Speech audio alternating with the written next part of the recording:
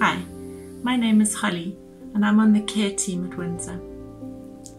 Currently, I have 6 books, 2 journals and 1 Kindle on my bedside table.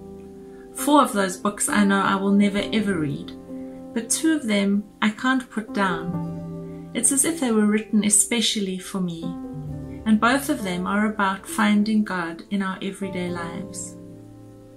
During lockdown, whenever I began to panic about the week stretching out ahead of me, I became so quickly overwhelmed.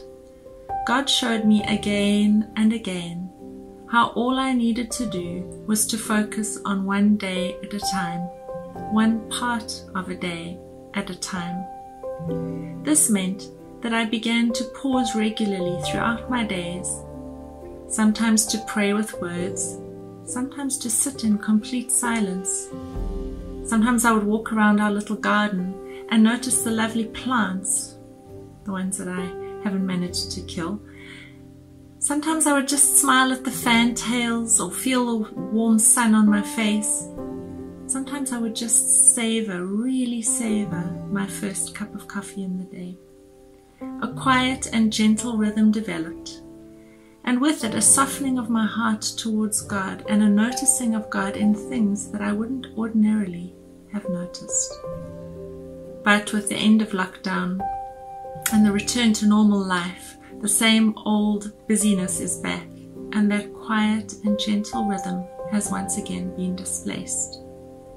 Through my 2 bedside table books, God has been reminding me that He is always waiting to connect with us.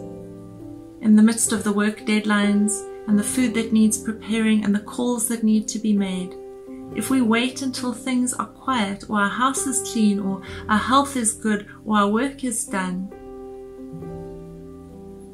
that connection will probably never happen. In one of the books it says, "Will I be there? Will I be there with my open eyes? Will I unwrap the gift of the ordinary? Glory comes streaming from the table of everyday life. Will I be there to catch the rays, or will I remain blind to the holy because I am too busy to see?" The Bible is full of lessons based on everyday things: wild flowers and birds, deeply rooted trees, rivers, rulers, coins, sheep. And if we just take time to notice, God will speak to us through the everyday things in our lives too. While I was busy preparing this devotion, I decided I would go for a walk and see what God showed me. I wrote this poem when I returned. Angel wing shells and my footprints blending with those of countless others, accompanied. Dark spiky trees faithfully standing guard, and the first star appears again, safe. Calm lapping of waves that just last week glowed eerily blue. Change. Blackbirds that turn their backs and scurry into the undergrowth. I feel strangely rejected. Fading light, bruised sky, a friendly neighbor with a ridiculously playful dog rolling in a muddy patch. Freedom. Streetlights welcome. Windows lit. Stories unfurl on countless stages. A mom hands her toddler to their dad. His turn until Wednesday. Loss. Cars race by. Icy air nips my face playfully. Clouds gather like looming mountains. Illusion. A boat named Mango is docked on the grass verge, and I smile at the irony.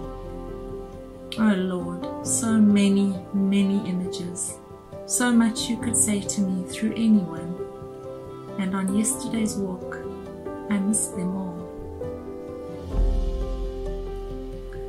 Today I want to encourage you to look for God's gift in your ordinary day, whether you're at work or whether you're at home or maybe even in hospital.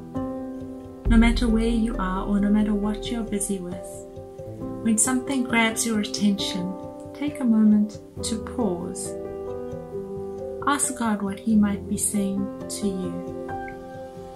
all of everyday life, every encounter, every drop of rain, every tear, every ache, every car ride, and every insect has the ability to be a gift in our ordinary lives, given to us by an extraordinary God who longs for us to hold that gift in our hands, the hands that He created, and rip it open with just childlike delight and abandon. My prayer for you today is that you will have a truly ordinary day covered with the fingerprints of our most extraordinary God. Amen.